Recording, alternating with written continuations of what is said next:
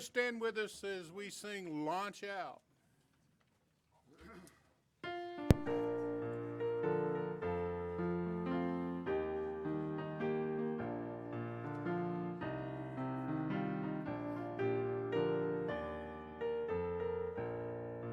Launch out into the deep, launch out into the deep, launch out to reach lost souls Christ died to keep. Launch out into the deep, launch out into the deep. The fields are white to harvest now. Launch out and let us lead. And our first hymn this morning is Lord, Lay Some Soul Upon My Heart. Be hymn 449. The words will be on the screen.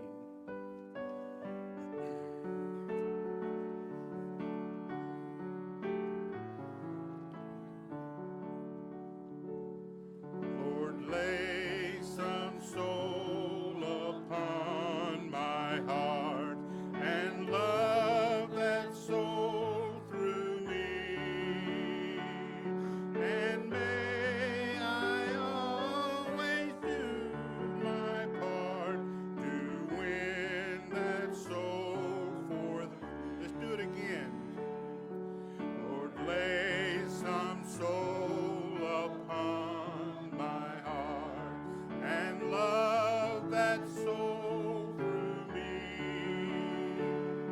and may I always do my part to win that soul for me.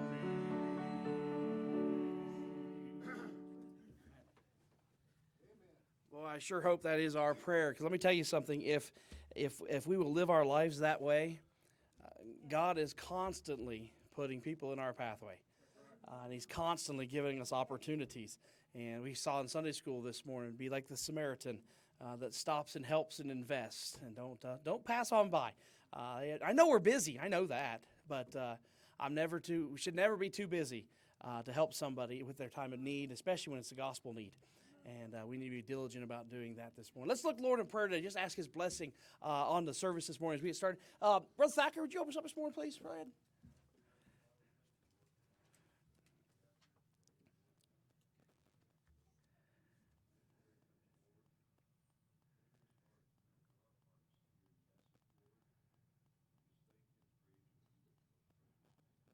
Amen. Amen. Thank you. You can be seated this morning. We are glad that you are here today. Do we have any very first time guests, very first time in one of our services? We want to welcome you and get you a visitor's card and connect with you this morning. Any very first timers? How about any old timers? Any old timers? A lot of old timers. Amen. We're glad that you are here. Again, our service today a little bit different. We do have Missionary is going to be with us this morning. He's going to be speaking for us, and I know he'll do a good job. I kind of know I don't know what he's going to say, but I know what he's going to talk about. So I'm excited to hear about it. So I think it'll be good for us and practical and helpful to us as we continue thinking about missions for the month. And so I'm excited about that. He'll show his video here a little bit later. After the special, we'll get to watch the video update from where he's at and what he's doing there. And then he'll preach for us as well. So looking forward to that. How many of you are glad to be here this morning? Amen. I heard this is better than the best jail in town. Maybe if we were somewhere eating bacon, it might be better. But no, I'm just kidding. This is still better. But I'm glad to be here in God's house and good to see your smiling faces this morning. Some of you have been away for a little while. Good to have you back and good to see all of you. So looking forward to that. We're going to do something just a little bit different this morning here as we open up. I'm going to show a video here in just a second. A video that I didn't make it. I didn't design it. I wish I would have. But just a short faith promise missions. And it kind of lays out and explains it really well what faith promise is all about. So we're going to show that. And then when we're done showing that, I'm going to have some of the men get ready. We're going to go ahead and pass out some faith promise pledge cards to get ready so that we can start praying over those and getting ready to get those turned back in to see if we can continue to support missionaries. I'm sure we'll still be able to support missionaries, but No, nobody was listening this morning. But hopefully we'll be able to add new missionaries is the goal. And so we'll do that here in just a minute. So I think Larry's got the video. You about ready? Okay. If you want to go, you want to kill the lights for us? We'll kill the lights, and then we'll show this quick video, and then I'll come right back up after there, and then we'll move on with the rest of the service.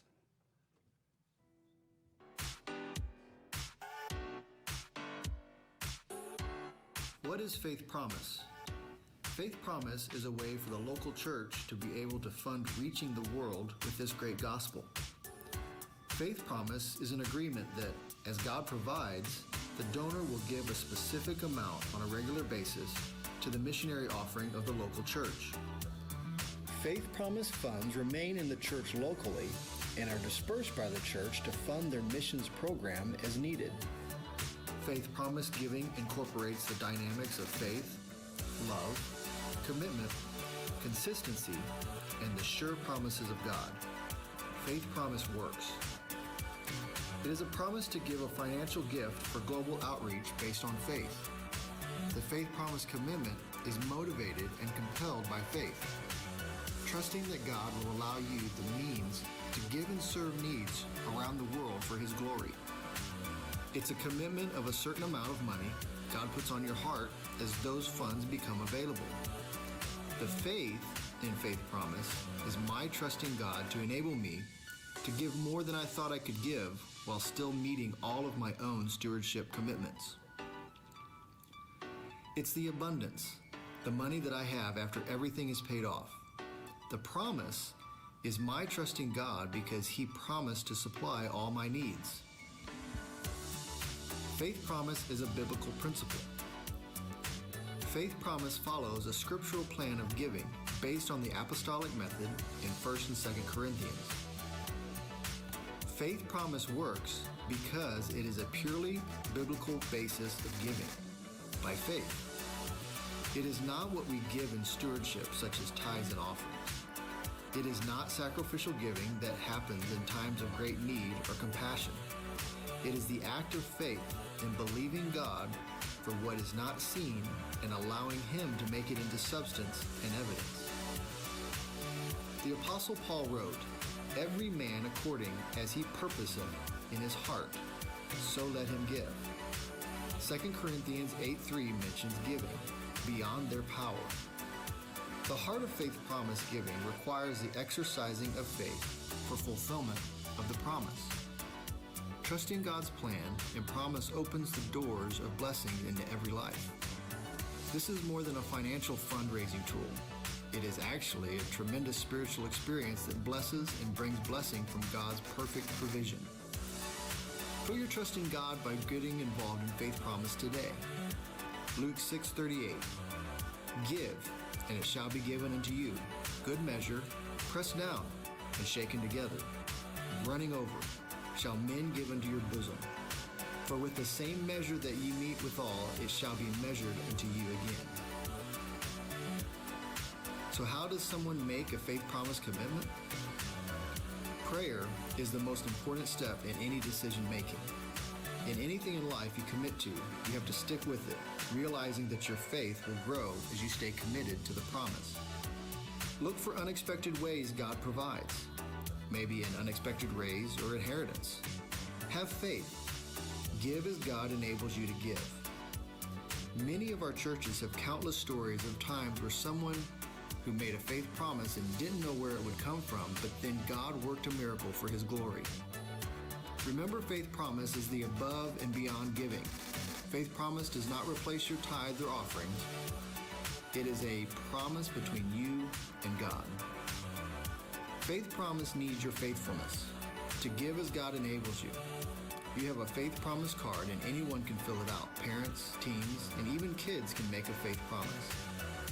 Faith compels us to give everything for the spread of this gospel. As our act of worship, we choose to be used up for His glory. Thank you for being a part of Faith Promise and Global Missions.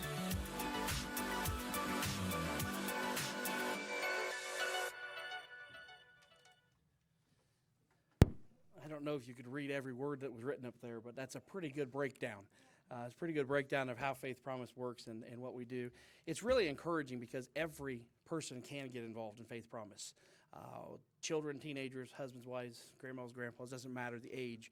And we actually have a couple of our girls just recently have made commitments to Faith Promise. And if you talk to the girls, you'll find out they made that commitment not knowing how they're going to get it, and just randomly, of course it's God, we know that, but all of a sudden that money came in and they were able to give it. And I just talked to one this morning, Eva, I was talking to her this morning, and she pledged to give $1. Didn't have $1, didn't ask her dad for $1, but somehow she managed to come up with $1.18, wasn't it? $1.18 she came up with this week, and then the Lord provided, and He does that. And we talked to where's she at? Emily. Emily talked to us a couple weeks ago and said how the Lord had done that for her, and it's good. Let me tell you something. If God can do it for the kids, don't you think He can do it for us? Half you believe it, amen. He can. I'm thankful for that. Sometimes you don't know where it's going to come from, but God always blesses when we're faithful. And I love we showed a funny video last Sunday night. If you didn't see it or weren't here, go watch it on YouTube. But how unexpected money came, and they all decided to take cruises and go to Disney World, and it all. Maybe God's providing so that we can give to missions, amen? And so something to think about. So this morning what I want to do is, I think we have several men that have some Faith Promise cards. If you guys want to get ready, what we want to do is this. Husbands and wives, obviously, unless you're going to give separately, you only need to take one card. If you're going to give separately, that's fine. You can take two. But if not, and if you're a kid or a teenager and you want to participate, ask for a card. If you don't, that's fine as well. We're not going to hound you. But what we want to do is this. We want you to get a card in your hands, okay? Man, where are you at, guys, that have cards? You guys got cards? Go ahead and hop up. And we're going to give them their exercise today. Let's make sure all of our adults have cards. And again, the kids and teens, if they want one, give them one as well. Go ahead, you can start dispersing those. And as they're coming by, I'll just explain the card. It's very simple. This is between you and God. Don't put a name on it. I don't want to know, okay? We do this for one purpose. We need to know how much we have promised to come in so we know how many missionaries we can support.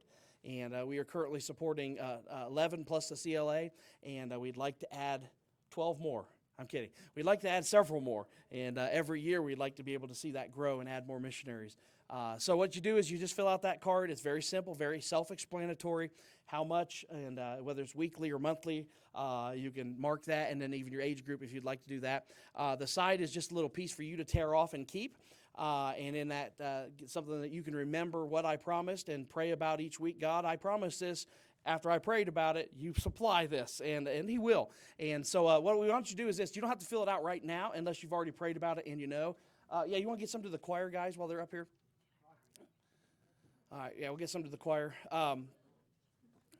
And like I say, you don't have to fill it out today, but if you've prayed over it and you know, that's fine. And what you can do is just drop this in the offering box on your way out, okay? If you don't fill it out today because you're still praying about it, not sure, that type of thing, that's fine. We'll give you a couple weeks. That's not a problem, but we do need to kind of get them collected by mid-March or so that we can decide by April for sure what we can do with our missionaries. So if you can help us out with that, if you lose it, shame on you. No, we'll give you another one, and there'll be some that aren't here this week that we'll make sure they get one next week so they can participate as well. So pretty self-explanatory. If you got a question, just let us know. But if not, like I say, when you prayed about it, you can drop that in the box back there and keep your little portion as well.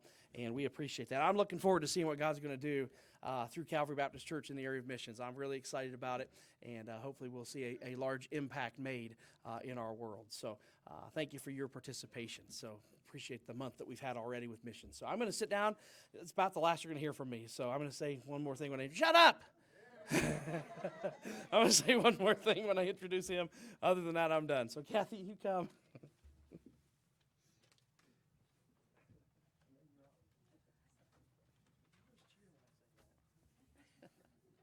He's concerned about the cheering when he mentions that.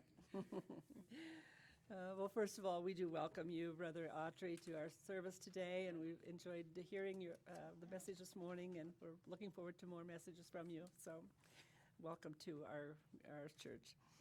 Deacons and trustees, you're going to be having a meeting on March 1st, 5 o'clock in the church office. Can you believe it's March already? That's just this coming Tuesday that they're meeting, and it's March 1st. Ladies' dinner, there's going to be a dinner at the parsonage. We've talked a little bit about this. It's coming up on March 10th.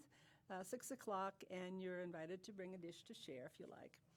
We're going to kind of skip over that next announcement about the food pantry fundraiser. It's my understanding that it's already sold out. So, and the men's breakfast is coming up then on March 19th at Fellowship Hall in the Fellowship Hall at 8 o'clock in the morning. And guys, you know the routine on that. Our March devotionals are on the back table and also out in the lobby. Pick yours up. They're a wonderful little devotional, and they're free of charge for you to pick up. The tax receipts, there are a few left in the box, so if you haven't picked up your 1099 tax receipts, pick those up, also in the black box in the lobby. Our nursery volunteers for today and next week, February birthdays and anniversaries. Choir practices today at 5 o'clock, and our evening service with Brother Autrey is going to be at 6 o'clock, and then our evening service on Wednesday, 7 o'clock.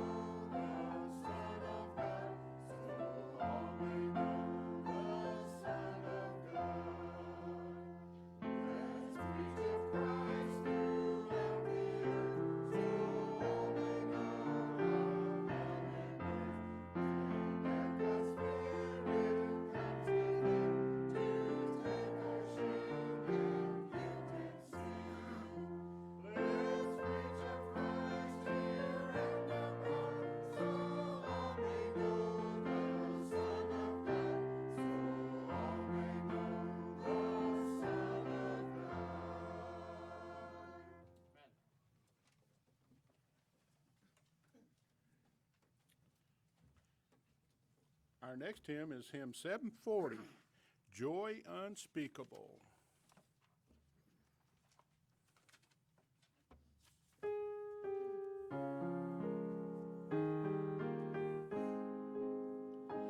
I have found his grace is all complete, and he supplieth every need. While I sit and learn at Jesus' feet, I am free, yes, free indeed. His joy unspeakable and full of glory, full of glory, full of glory. It is joy unspeakable and full of glory. Oh, the half has never yet been told. I have found the pleasure I once craved. It is joy and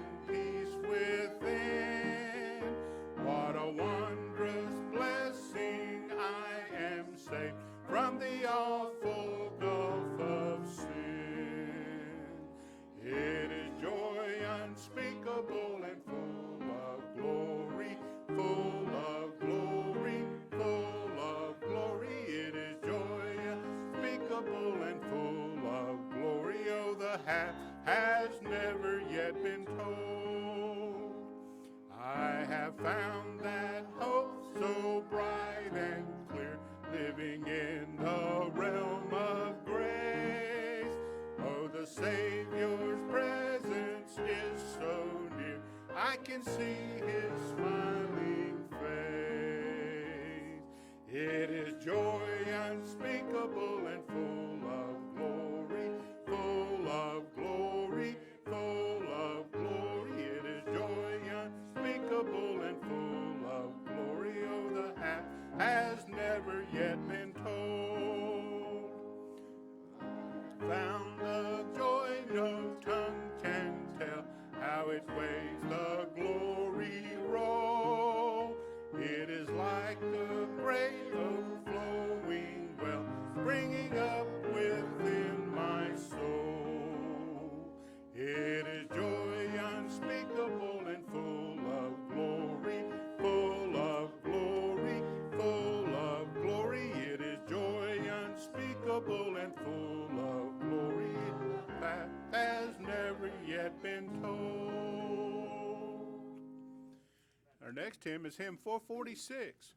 We've a story to tell, and the words will be on the screen.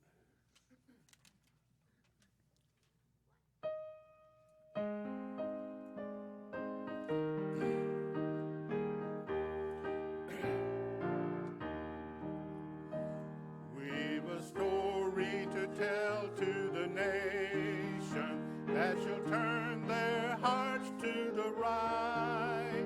A story of truth and mercy, a story of peace and light, a story of peace and light. The darkness shall turn to dawning, and the dawning to noonday bright, and Christ's great kingdom shall come on earth, the kingdom of love and light. We've a song to be sung to the nation that shall lift their hearts to the Lord, a song that shall conquer evil and shatter the spear and sword, and shatter the spear and sword. For the darkness shall turn to dawning, and the dawning to noonday bright, and Christ's great kingdom shall come on earth, the kingdom of love and light. We've a message to give to the nation, that the Lord who reigneth above has sent us his Son to save us and show us that God is love, and show us that God is love. Darkness shall turn to dawning, and the dawning to noonday bright, and Christ's great kingdom shall come on earth, the kingdom of love and light. We've a Savior to show to the nations, who the path of sorrow has trod, that all other great peoples might come to the truth of God, might come to the truth of God. The darkness shall turn to dawning, and the dawning to noonday bright, and Christ's great kingdom shall come on earth, the kingdom of love and light. And our next hymn is hymn 444. I love to tell the story.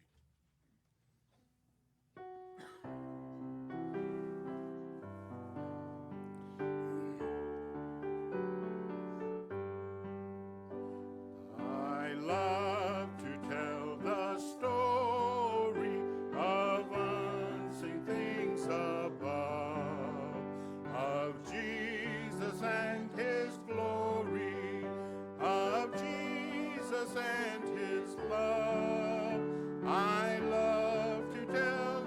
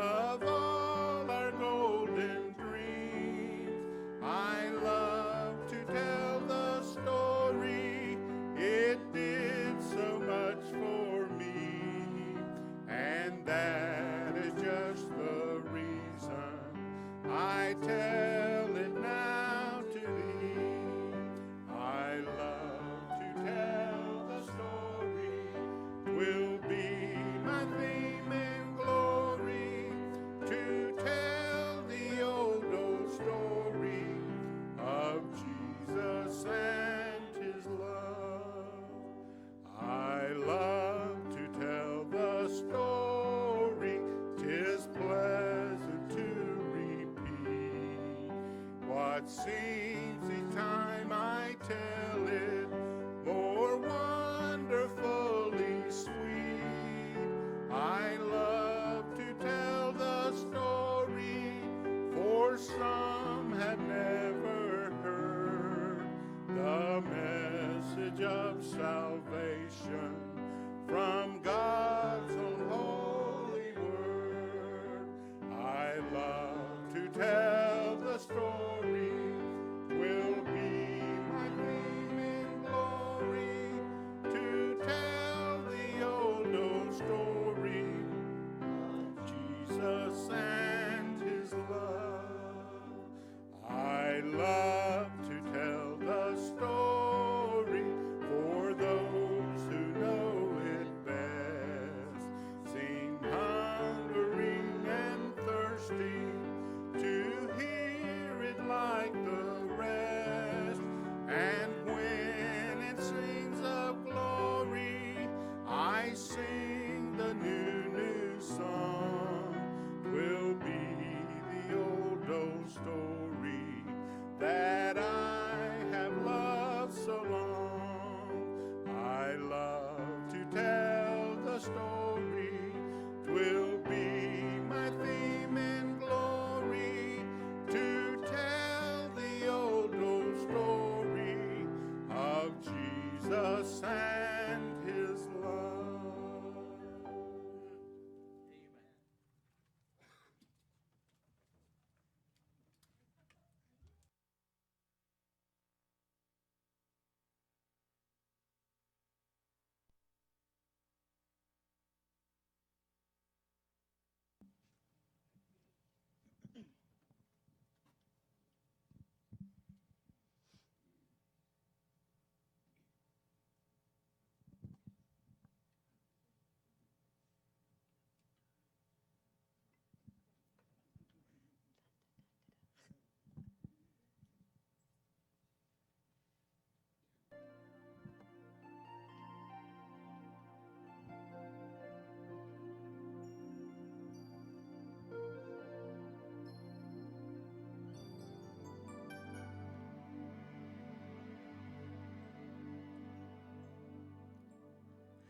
Dreamed I went to heaven, and you were there with me.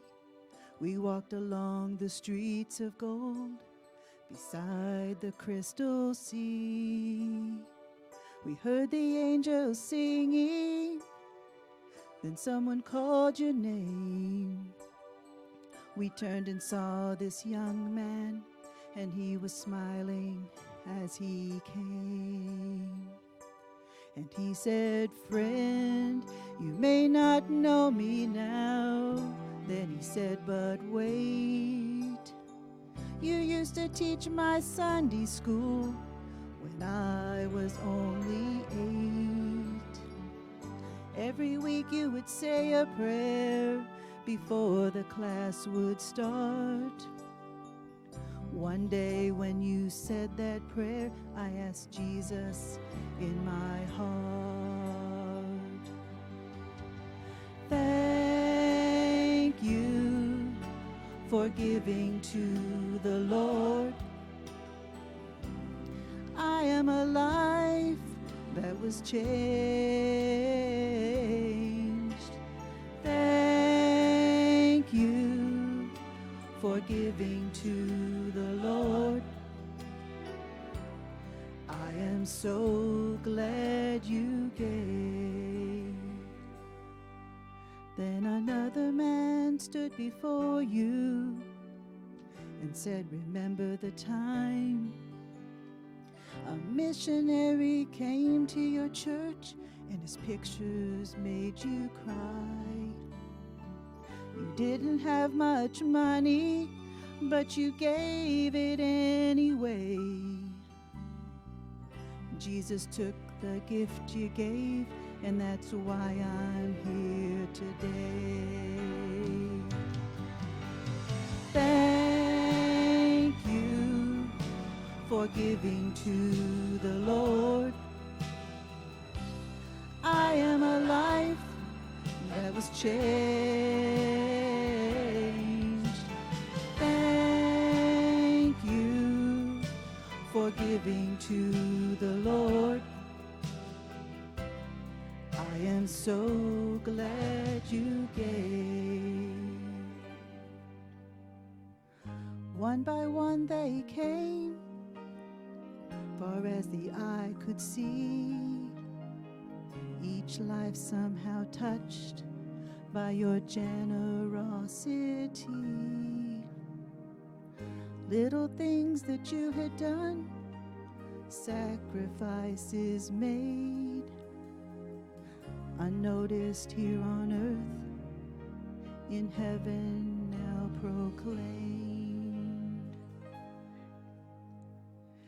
And I know up in heaven you're not supposed to cry, but I am almost sure there were tears in your eyes as Jesus took your hand. You stood before the Lord. He said, my child, look around you, for great is your reward. Thank you for giving to the Lord. I am a life that was changed. Thank you for giving to the Lord. I am so glad you gave. Thank you for giving to the Lord. I am a life that was changed. Thank you for giving to the Lord. I am so glad you gave.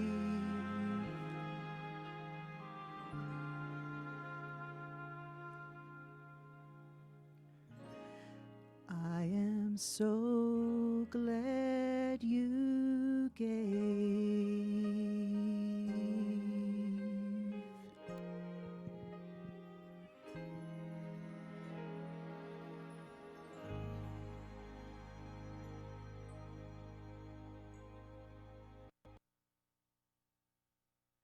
Amen. Thank you, Alicia. Appreciate that song, fitting mission song. You know, well, everybody in this room wouldn't be where they are had somebody not invested. And what's my $5 going to do? You don't know this side of heaven what your $5 is going to do. Well, it costs money to ride to keep those buses running. We don't know this side of heaven what will be a product from running a church bus. My mama was saved on a church bus.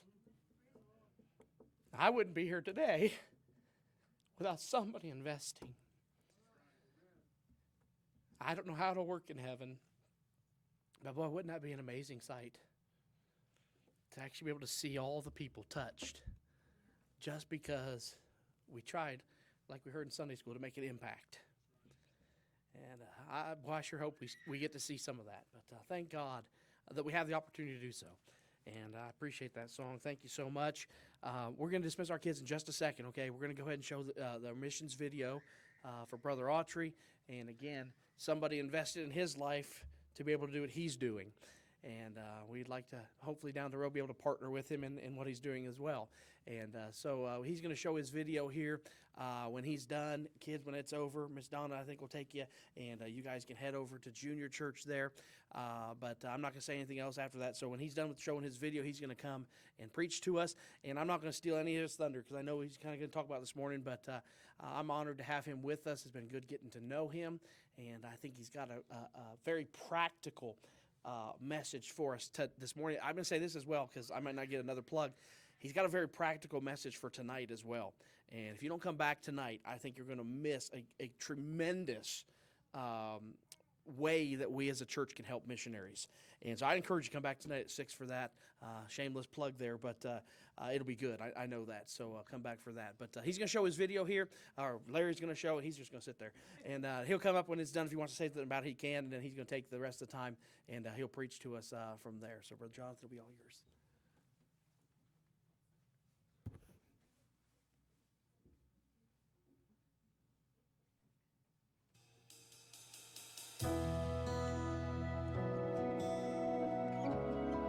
You're missionaries to the Dominican Republic.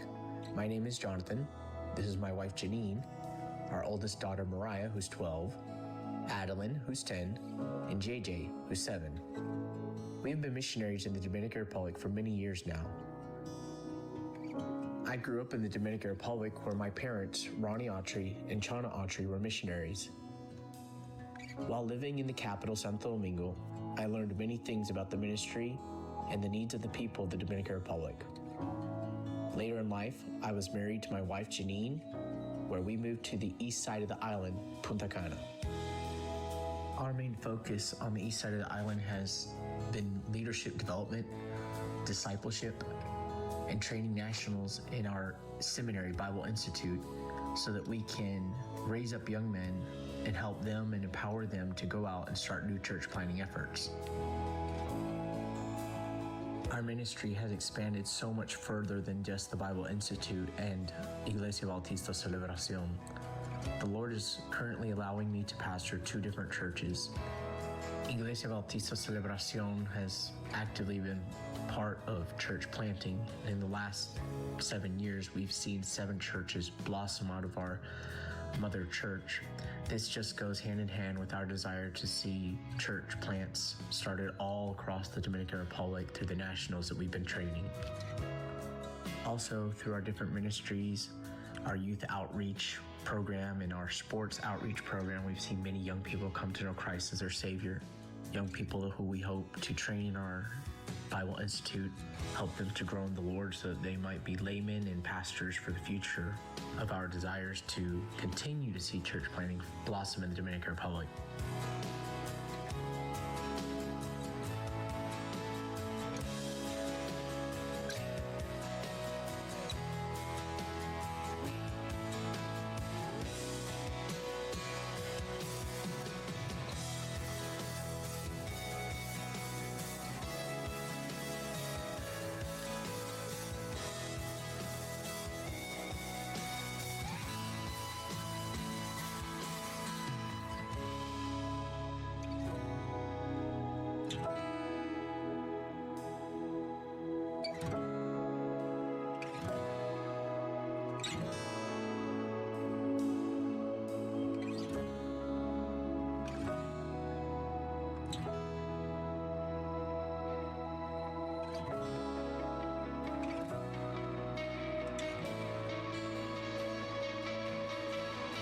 Through COVID, many of our people lost jobs.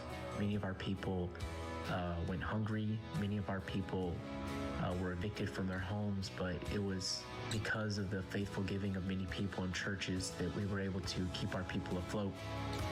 Many of the people that would have lost their homes or been without food were helped during this time.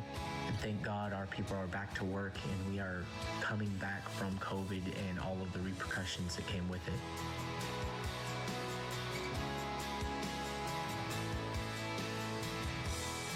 We're just so thankful for everything that God has been doing. We're currently in the middle of our largest church building project right now. We're about halfway through the construction itself. We are praying that God will continue to bring funds. We are currently about $120,000 away from having a finished product a church that will seat around 300 people. It will be the hub for our ministry and our outreach, also the discipleship and development of young leaders in the Dominican Republic. So we would ask you to please pray for us, pray that God would continue to provide for the needs, continue to provide the finances that we need to get this job done. We thank you so much for your years of service and your years of giving and for keeping us in your prayers. So how can you help? 1, pray for us. Pray that the Lord will continue to use us and provide for the needs that we have in the Dominican Republic. 2, give. Give to your local church. Give so that missionaries can continue to reach the lost in the uttermost. Or 3, you can give directly. We try to make this as easy as possible so that all of those that want to give can. Thank you so much, and God bless you.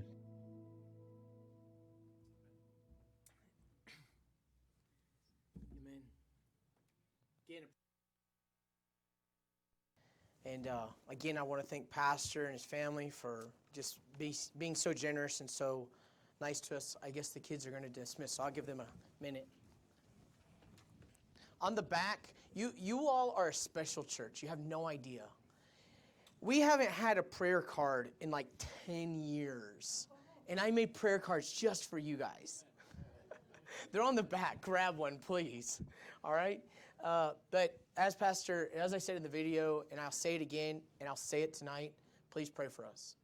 And I'm not trying to build myself up, but tonight I would ask that you please come, because tonight is not about me.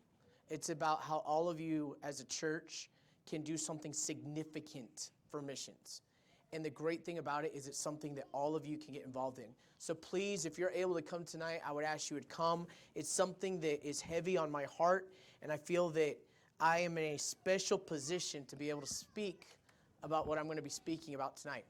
But as you guys saw in the video, we're pretty busy. I'm pastoring 2 churches. We have a total of 9 works that we've started in the last 7 years. And that's only been by God's leading and the provision that He's given us.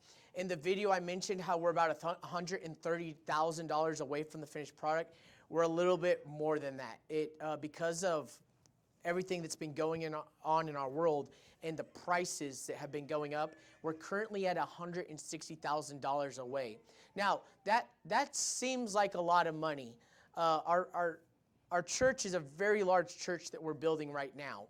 And God provided 100% for the property. Our church is sitting on a lot that right now is worth $500,000. Why? Because we're close to the beach, and we live on an island that's very small. So we have a lot that has been completely paid for, that God supplied the money for, and we have had almost $200,000 worth of donations, offerings, and commitments that are supposed to be coming in by the end of April that have got us to the point that we're at.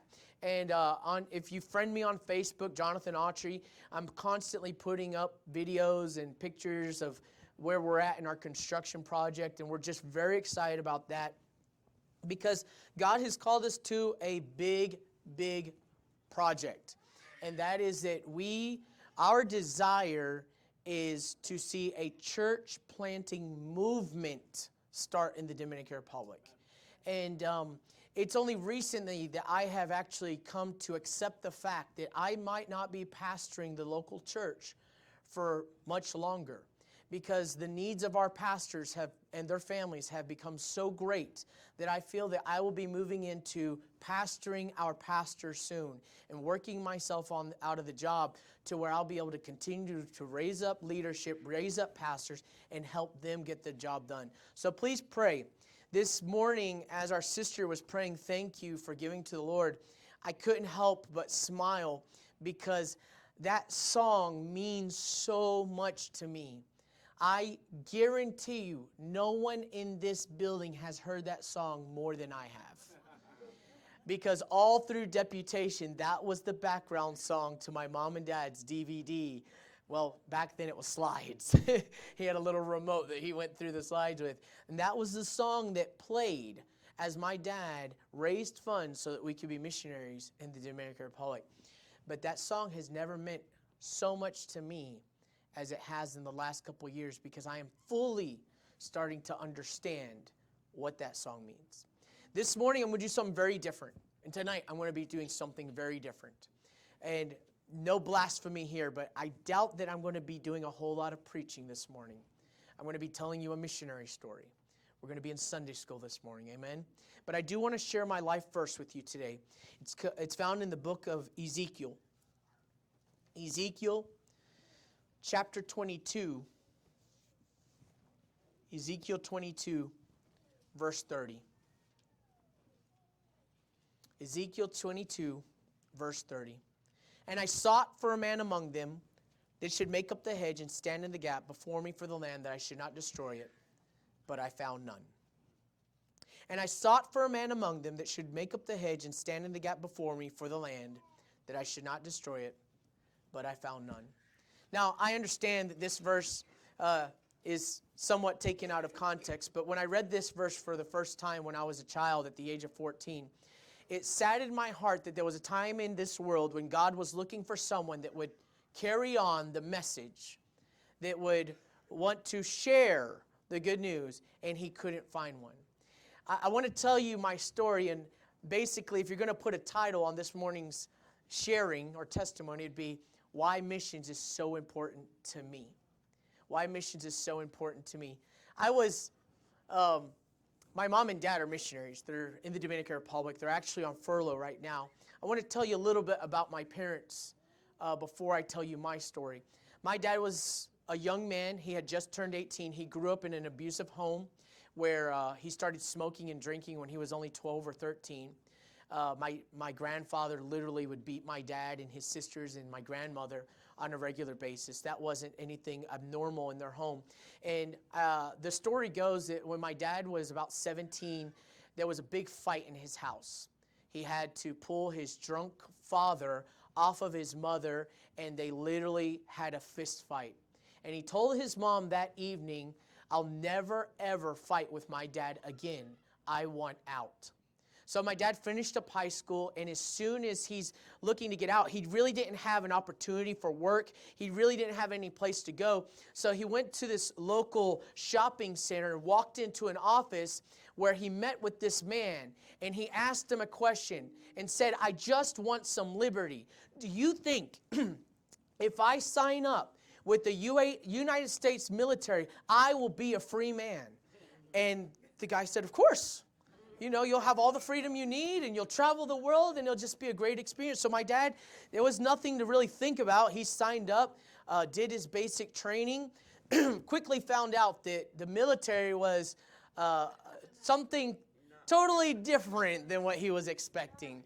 But we thank God for every step that he took, because there was purposes in it all.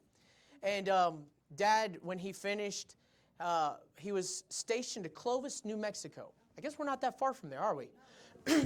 And while in Clovis, New Mexico, he had his supervisor had a beautiful young daughter. And my dad, not a smart man, you know, he signed up thinking he would be free in the military. And then he starts falling in love with his supervisor's daughter. Not a very good move. They actually eloped and got married, and then they were sent off to Tokyo, Japan. That was my dad's first station while being married. And he got to Tokyo, Japan, and he was there. He was in, I don't remember the name of the base. Some of you probably know the name better than me. I know he was close to Okinawa and everything. I was born in Tokyo, Japan. But while he was there, he had a new supervisor that he would have to report to about twice a week, where he would take mail and orders to. And this man, his name was Jeff Goldstein. Jeff Goldstein was a born-again Jew. Yeah. And this Jeff Goldstein, every single time my dad would go into the office, Jeff Goldstein would try to strike up a conversation with my dad. And the conversation would always end, do you think I can visit you with my pastor? And my dad was not into listening to anything Jeff Goldstein or his pastor had to say. So my dad would always refuse. And weeks went by, months went by. Finally, Jeff Goldstein wore on my dad. And one day my dad was going to the office knowing that he was going to be speaking with Jeff Goldstein. And he said to himself, I'm just going to say yes. I'm going to say yes so that Jeff can come to my house, bring his pastor, and I'll never have to deal with this again. So he goes in there, and Jeff Goldstein strikes a conversation, and my dad is just kind of looking at his watch, getting ready to leave. And finally, my dad got so tired of the conversation, said, hey, why don't you just come over to the house this Saturday with your pastor? And Jeff said, that would be great. And he said, well, I'll see you Saturday. I got to go. And that's how he ended his conversation. The week went by, Wednesday, Thursday, Friday. Friday comes, and my dad did what us typical men do. And he told my mom that they had visitors coming the next day. So my mom, though, she was excited. You know why my mom was excited? Because my mom was looking for change. My mom grew up in a Catholic home, but things just were not good between her and my dad, and she was just screaming for help, and she didn't know where to get it from. So she was very excited about the prospect of a pastor coming to visit them. Saturday comes, my dad is waiting, and as night comes, he feels this urge. He feels something inside him that says, I don't want this pastor coming to my house. So he started to tell my mom, I'm not into this visit. I don't want them to come. Let's just pretend that we're not home. And my mom, she's kind of upset, but my dad starts turning off all the lights, turns off the TV, and he said, they'll come, they'll probably be on time because Jeff is military, and they'll leave. They'll just realize we're not home and just leave. So they come, and Jeff Goldstein, immediately as they come out, he hears the pastor and Jeff Goldstein talking, and the pastor says, it doesn't look like anybody's home. All the lights are out and everything. And Jeff Goldstein says, I know they're home. That's his car right there. So my dad thought of everything except moving the car from where it was. At that moment, my mom's like, okay, the joke's over. She jumps up off the couch and starts darting towards the door. And my dad starts turning on all the lights and everything, and then stands up off the couch and goes to the door and tells them how happy he is to see them. This missionary, it's very important that you remember the name here, okay? I'm not good with names, but please remember the name of this missionary. His name was Larry Hammonds. He was a missionary to the military in Japan. That's all he did. He focused on the military in Japan. So Larry Hammonds starts this conversation with my parents, and they're talking, and they had been there for about 2 hours when finally, again, my dad was kind of wondering why they were taking up so much of his time, and just asked, are you guys here because you want to talk to me about something? And Pastor Hammond said, yes, actually I do. I want to talk to you about something very important. And he proceeds to share the gospel with my parents. And it was at that time, in 1982, that my mom and dad got on their hands and knees in their Japanese apartment and gave their lives to Christ, accepted Jesus Christ as their Savior. And when we talk about this morning, when we were talking about making an impact, the impact was immediate on my parents. That same night, my dad, he knew the great decision he had made and was just so nervous and anxious about the decision he made. And the pastor, he was there and he continued to talk. It wasn't time for him to leave, and there was a reason why. And soon my dad caught on to the fact that the pastor kept looking at the top of my dad's refrigerator. See, that Friday was the 15th, payday. And my dad had just stocked up on all the liquor that he was going to need for the next 2 weeks. And the pastor was eyeing that liquor that was on top of my dad's fridge. And he said, Ronnie, your body's the temple of God and you need to take care of it. He says, I understand that, Pastor. What do you suppose we should do? And he said, well, I see all that liquor and I think that you need to pour it out. My dad said, pour it out? He said, that stuff's worth a lot of money. I could sell that and I could donate the money to the church. How about that? He said, no, if it's bad for you, it's bad for someone else, so we need to pour it out. And the story goes that they created a little trail there. They were handing off the liquor. The pastor was taking it off the fridge, handing it to Jeff Goldstein. Jeff Goldstein was handing it to my dad, and my dad was opening those bottles one by one and just pouring them down the drain.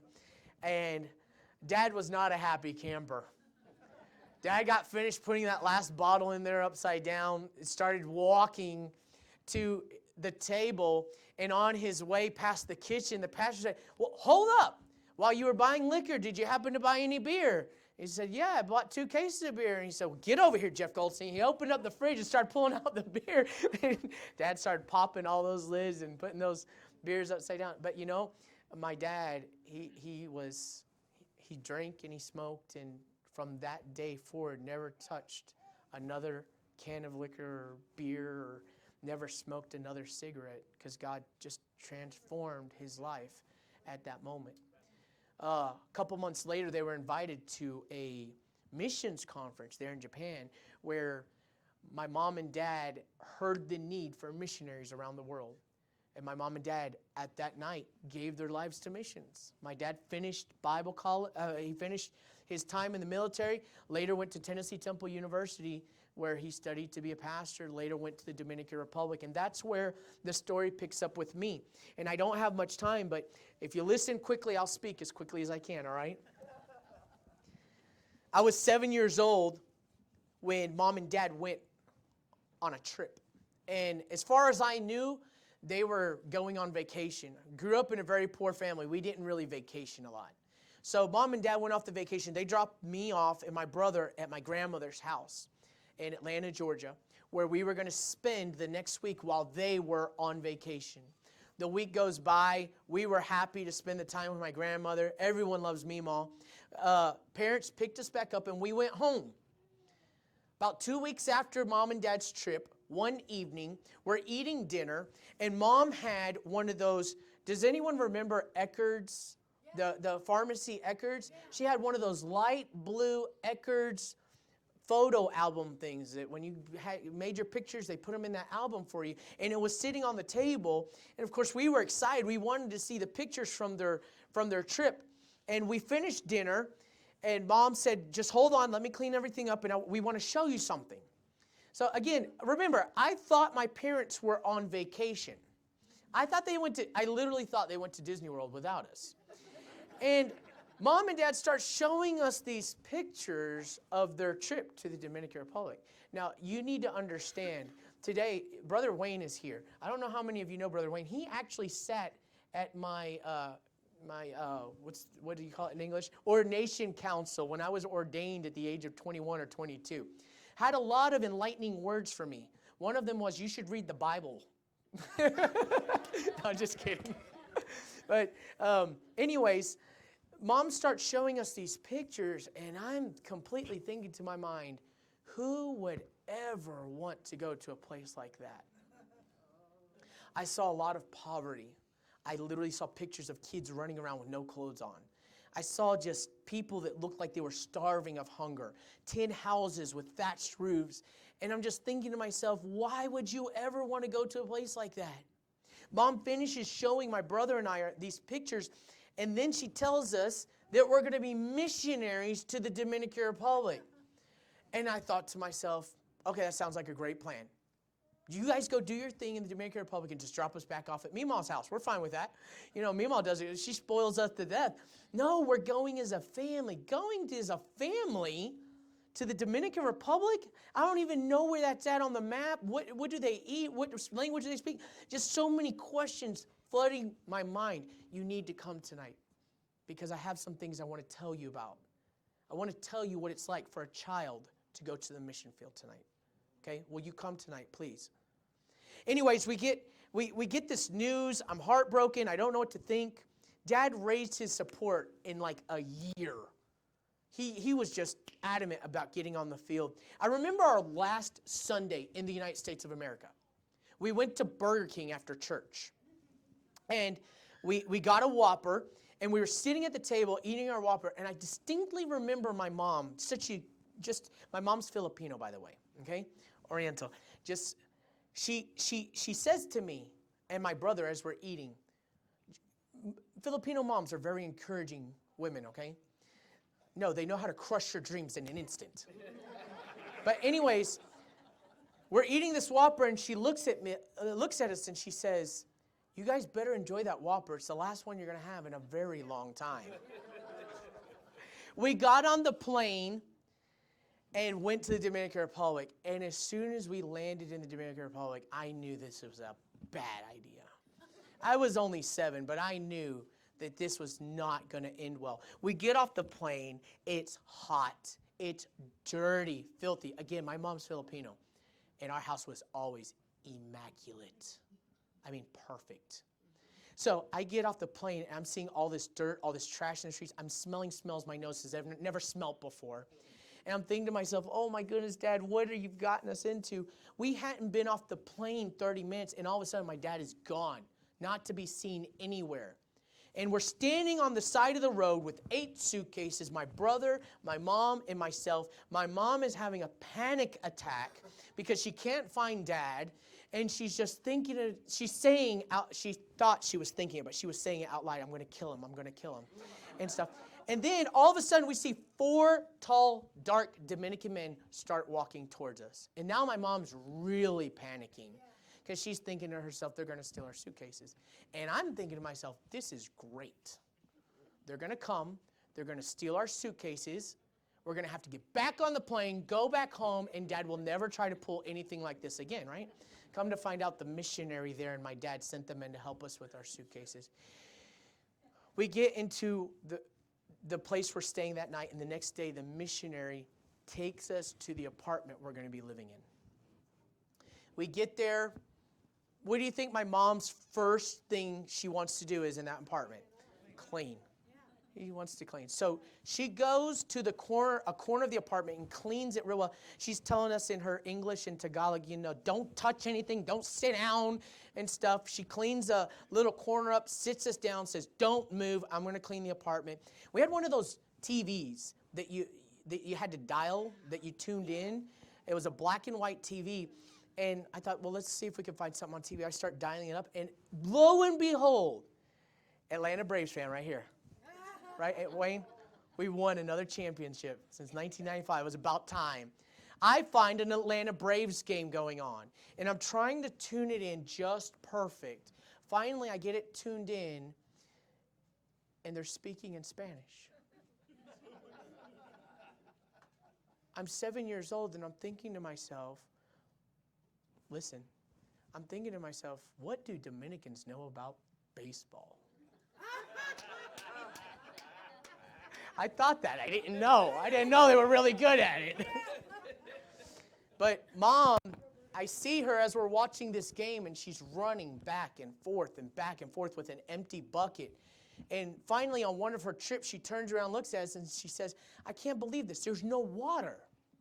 What do you mean there's no water? About half an hour after that, the electricity went out. Come to find out, when we got to the Dominican Republic, we didn't know this. The electricity and water would go out for 8 hours a day. A day. It was so hard for us living in the Dominican Republic when we first moved there. Being without electricity and water was by far one of the hardest things we had to face as kids. My mom made my dad go get like 10 of those 5-gallon jugs of water so that she could clean the apartment. Cleanest apartment in all of Santo Domingo. Clean with purified water. Can't beat that. After the day is over, Mom put 2 trunks together, put a tablecloth over. We had been surviving all day on crackers and Vienna sausage. Someone said that they did that in Haiti. Yeah, I totally got that reference. We had been eating Vienna sausage and crackers all day long. Mom was just, she had had enough. She had been cleaning all day long. She was tired. Dad went out searching for food, and he found fried chicken. Amen. You know you're in a Baptist church when people can appreciate fried chicken. Dad found some fried chicken, and it smelled wonderful. It was like the first real meal we had had in 3 or 4 days. We sat down Indian style around these trunks, and we blessed the food. And Mom, we let her get her food first. She got a chicken leg, and it was just perfect chicken leg, and she was getting ready to eat it when all of a sudden the electricity goes out because we weren't expecting it. The water had gone out, but the electricity hadn't gone out yet. So we're sitting here pitch dark We don't have any candles. We don't have any lamps. We don't have cell phones. You know, you just pull your cell phone out and turn the flashlight on, right? We don't have any of that. We're sitting in complete darkness, wondering what is going on, because we're in this new place where we have not been warned. We have not been told what we were going to confront. And Mom had had enough. First day in the Dominican Republic, and she had had enough. She starts crying. We could hear her crying. Then my brother starts crying. I start crying. My dad won't admit it, but I'm sure he probably started crying. And that was the Dominican Republic and our first experience upon getting there. It was heartbreaking. It was so hard. We went to the school, and it was supposed to be a bilingual Christian school. My brother and I were excited about that because we had gone to public school all our lives. So going to Christian school to us was a big deal. We met the principal and his wife. They were actually American missionaries that went to start an English school in the Dominican Republic. So we were excited about school. First day of school, I'll never forget the first day of school because Dad made our lunch. He made us half of a peanut butter and jelly sandwich. Love peanut butter and jelly. Amen? Then he made us half of a tuna fish sandwich. I like tuna fish too. But he put both halves in the same Ziploc bag, and our lunch boxes sat on a bench in the heat all morning. So at lunchtime, my tuna tasted like peanut butter, and my peanut butter like tuna. Never forget the first day of school. We came into school, and I remember going in and thinking, this is going to be great. We're going to be using a Beck of books. The principal and his wife are Americans, so there'll be some other American kids here. Everyone's going to speak English. This is going to be wonderful. All summer long, we hadn't had any interaction with any kids. Do you know what it's like to spend the whole summer with your brother as your best friend? It was terrible. So we come into school, and we walk in, and we see all these kids playing, and oh, we were so excited. Like, immediately it was like, I'm looking at my brother, I don't know you, go do your own thing. I'm going to go over here and do my own thing. But I quickly realized something. Not one kid was speaking in English. And I thought to myself, the logical thing, Dad dropped us off at the wrong school. No, that was the school. That was the school, and all those kids spoke English, but they would only speak English during class. Out of class, all they spoke was Spanish.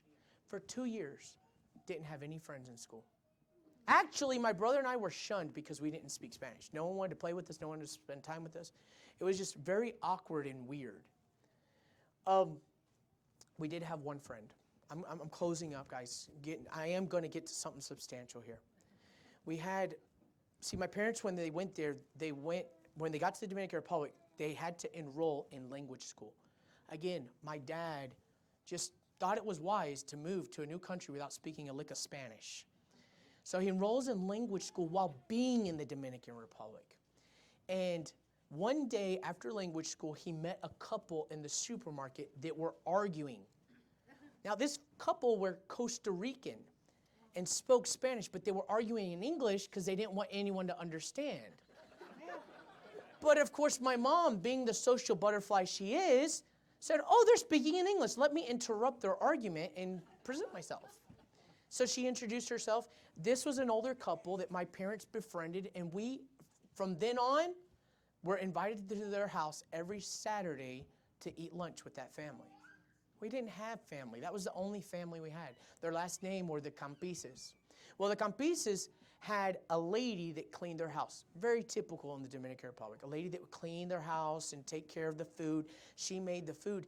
And as we're sitting there the first day that we were invited, every time they had one of those like cowboy doors that kind of swing open and close. Every time she came from the kitchen, I could see inside the kitchen there was a little boy sitting in there that was about my age. And sure enough, it was her son. His name was Tico.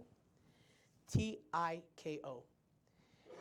Tico and us made a beautiful relationship, beautiful friendship. He didn't speak any English, we didn't speak any Spanish, but we understood each other, we played together, and we had a good time because he was so poor. He didn't have any toys. We came with toys, and he was just happy to see us. So this story comes to a very sad ending because as we're building this relationship with Tico and as time goes on, we start spending less and less time with Tico. And about 2 years after we moved to the Dominican Republic, I was 11. I remember it was a Saturday that we didn't go visit the Campises. And we received a phone call that afternoon around 3 o'clock from the Campises. And they said, we need you to pray right now. Tico was playing on the back patio where we had played many times, and he fell off the patio, which was 5 stories high. And I'm thinking to myself, why is this happening? This is the only friend I know, the only friend I have. I immediately went to my room, and I was crying, upset, and I was praying. 5 hours later, 8 o'clock that night, we received another phone call that Tico didn't make it. He had died. And I went back to my room, 11 years old, bitter with God. And I remember crying and complaining, saying, God, you know, you took me away from my family in the States. You took us away from our school, our church. You took us away from everything we knew. You brought us to this country. We don't speak the language. We don't like the food. We don't like the people because I couldn't communicate with them. There was nothing, absolutely nothing about the Dominican Republic I liked. I'm not exaggerating. There was nothing about the Dominican Republic I liked. And at the age of 11, I was just severely bitter with God because I felt the one thing that I could at least appreciate about the Dominican Republic, God had taken it away from me. And after minutes of praying and thinking, I thought to myself for a moment about Tico. And as an 11-year-old, I thought to myself how much pain he might have gone through in his last hours. I thought about how scared he might have been or what he was thinking. You know, things that kids think about. And then a terrifying thought came over me. And that was that in the 2 years I had known Tico, not one time had I told Tico about Jesus Christ. See, as a child, I knew how to tell people about Jesus. My parents taught me from the age of 6, Romans Road. I knew how to lead someone to the Lord, but I never not once told Tico about Jesus Christ. Do you know why? Because I didn't speak the language. It wasn't that I didn't want to. It wasn't that I couldn't. I just simply couldn't communicate with him.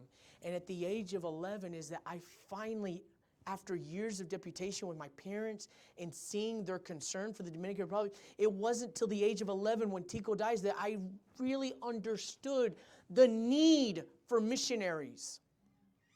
And it was at the age of 11 I got down on my hands and knees and said, God, wherever you want me, whatever you want me to do, my life is yours. And I gave my life to the Lord. And it was really no question where I was going to serve. As the years went on, I'm going to tell you the truth. I love the Dominican Republic. The Dominican Republic is home. Why is mission so important to me? God started doing amazing things in my life on the mission field. At the age of 11, I gave myself to the Lord. I went to Bible college. I started at a young age in the Dominican Republic. I was able to start my senior year at 17 years of age. I was involved in ministry at a very young age. I met my wife in the Dominican Republic. She came on a short-term mission trip, met me, fell in love with me, and just wouldn't let me go. I met my wife at the age of 18. She had just enrolled in college. I was studying in Bible college, and I was working full-time. It wasn't a practical relationship, to be honest. It wasn't until 7 or 8 years later that we actually got married. God blessed us. I want to tell you a little bit more about our married life later. But, tonight, I mean. But going back to the Dominican Republic, I met my wife there. And I started ministering there as a pastor. Young age, 25. One day I get a phone call from a pastor. He's a pastor in Pensacola, Florida. And he calls me and said, hey, Jonathan, listen, I want to come visit you. I want to bring a missions trip. I want to bring some people from our church to visit your ministry. We were supposed to go to Mexico on a mission trip, but we can't because swine flu has broke out. So I said, okay, great. I'm your second option. So I said, yeah, sure, you come and you be with us. He comes. His name is Lonnie, by the way, Earl. I call him Earl, but his name is Lonnie. He comes, spends the first summer there, loves it. Next year, comes back, loves it. Third year, comes back, loves it. His people are just falling in love with the Dominican Republic, falling in love with our ministry. 4th year, I don't hear back from Earl. I don't hear back from Lonnie. I'm thinking to myself, that's weird. He hasn't called me. They're supposed to be coming down and doing some work with us. So I call him. I say, hey, Pastor, how are you doing? I just want to know, are you guys is Pinecrest, that's the name of the church, is Pinecrest coming down this year? He said, no, Jonathan, we're not coming down this year. I said, well, is there something wrong? He said, no, nothing's wrong. It's just that for the last 3 months, my family and I have been on deputation raising support to come as missionaries to the Dominican Republic. Earl Hammonds is Pastor Larry Hammond's son, the missionary that won my mom and dad to the Lord so many years before in Tokyo, Japan. When you say thank you for giving to the Lord, I'm a life that's been changed. Everything about me and who I am is because of missions. And when you think about my once insignificant life being changed, you have to realize that it's been a domino effect. So many people have come to know the Lord, and so many churches have been started in the Dominican Republic because Larry Hammonds decided he was going to be a missionary to Japan, to the military in Japan. Today we have a network of over 50 churches that we've started in the Dominican Republic. My dad, as I said, he serves there, and we serve together. And our heartbeat is starting national works to the Dominican people of the Dominican Republic. I can't tell you how much the little that you give or the much that you give can actually change a life. All I could say is, I'm a product of missions. God bless you guys so much.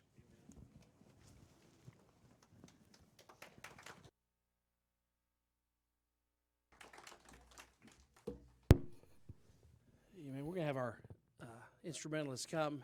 Ms. Mona and Frank, if you'll go ahead and come, we're going to close our service here with a song. And as they're coming, would you bow your heads real quick and close your eyes? I know you heard something probably entirely different than normal and than any of our other missionaries have presented on Sunday morning. But what a challenging thought from the actual life of a missionary. We can't do it all, but we can do some. And all of us can do some. And what a blessing it is to see God work in the lives of people. And when we get to heaven, again, I don't know how it's going to work, but how awesome will it be just to know that we had a small part. And we may not ever know until we get to heaven how big of an impact we had. But our goal ought to be to make an impact and to reach souls for Christ here at home, but as well as abroad. And that's the Great Commission. It's not just here, it's the uttermost. And we have a small part in doing so with our prayers, with our giving through missions. And I want to make sure we're challenged again this week as we have every week. I know it's been a whole month we've been looking at this topic. I hope that it's not a bore or a drag. I hope it's a challenge to us because there is so much more we could do for Christ when we partner with people who are out there doing the gospel work in other parts of the country. And I want to challenge all of our church folks just to get on board, get involved in missions giving. I promise you, it'll change lives, yours first of all, but many, many others down the road. And I just want to challenge you for doing that. Thank you for sharing that with us this morning. I'm looking forward to tonight, and going to have a little bit of a different topic tonight as well, but I think it's a very practical, helpful topic tonight because we don't know sometimes how we can help missionaries. And he's going to share some things with us tonight, I think, that'll really challenge us in that area as well. And so again, I want to encourage you to be back. But as we close this morning, I'm not gonna ask this morning if you saved, unsaved, raise your hand, that kind of thing. But I will ask you this question, and then we'll sing "Have Thine Own Way, Lord." As we sing that song, "Have Thine Own Way, Lord," the question I want to ask you is this: will we sing it, and will we mean it? Will we let Him have His own way with our heart, with our life, with our thoughts, with our actions, with our compassion, with our pocketbook? Will we let Him have His own way? Because until we truly surrender our way to His, we're never going to reach the full potential He has for us. And I want to challenge us this morning as we sing this song in your heart, as we sing. Think about, am I willing to do whatever he asks me to do. Will I go? Will I give? Will I pray? And be a part of reaching the lost for Christ around the world. Well, what a challenging goal this morning. Let's pray. We'll stand, and then we'll sing our closing song. Father, we pray now as we close our service. Lord, we thank you for what we've heard this morning. What a challenge from the testimony that we've received. And Lord, I pray that we can apply some truths, some thoughts to really challenge us in our hearts this morning as individuals and as a church to do more for the cause of Christ here at home, but also abroad. And may we get involved in worldwide missions, Lord, if we're not. And if we are, Lord, may you just show us and reveal to us in our hearts what you'd have us to do and continue to do for the cause of Christ, to reach lost souls for Jesus, we pray. Lord, as we close our service this morning, continue to speak to our hearts now as we sing this last song. Use it, Lord, to continue to challenge us through the remainder of this day, we pray. And we ask these things in Christ's name. Amen. Would you go ahead and stand with me as we sing Have Thine Own Way, Lord? Number 591 if you need it this morning. Have thine own way, Lord, have thine own way. Thou art the potter, I am the clay. Mold me and make me after thy will, while I am waiting, yielded and still. Have thine own way, Lord, have thine own way. Search me and try me, Master, today. Whiter than snow, Lord, wash me just now, as in thy presence humbly I bow. Amen. We appreciate you being with us this morning. Brother, you want to slip out to the lobby there? We'll have him be out there waiting where I typically am. If you want to shake his hand, greet him, anything like that, you can do so. Again, I want to challenge you to be back tonight, 6 o'clock. There's no TV show on more important than what's going to happen here tonight. I promise you. I promise you that. And if you can make it back out, I know it'll be a blessing. I know what he's going to be speaking about tonight. I'm looking forward to being here myself. So I want to encourage you to do so as well. So let's go ahead and close our service. We'll have a word of prayer real quick, and then we'll be dismissed. And like I say, you can greet him in the lobby there on the way out. Wayne, would you close this morning, please?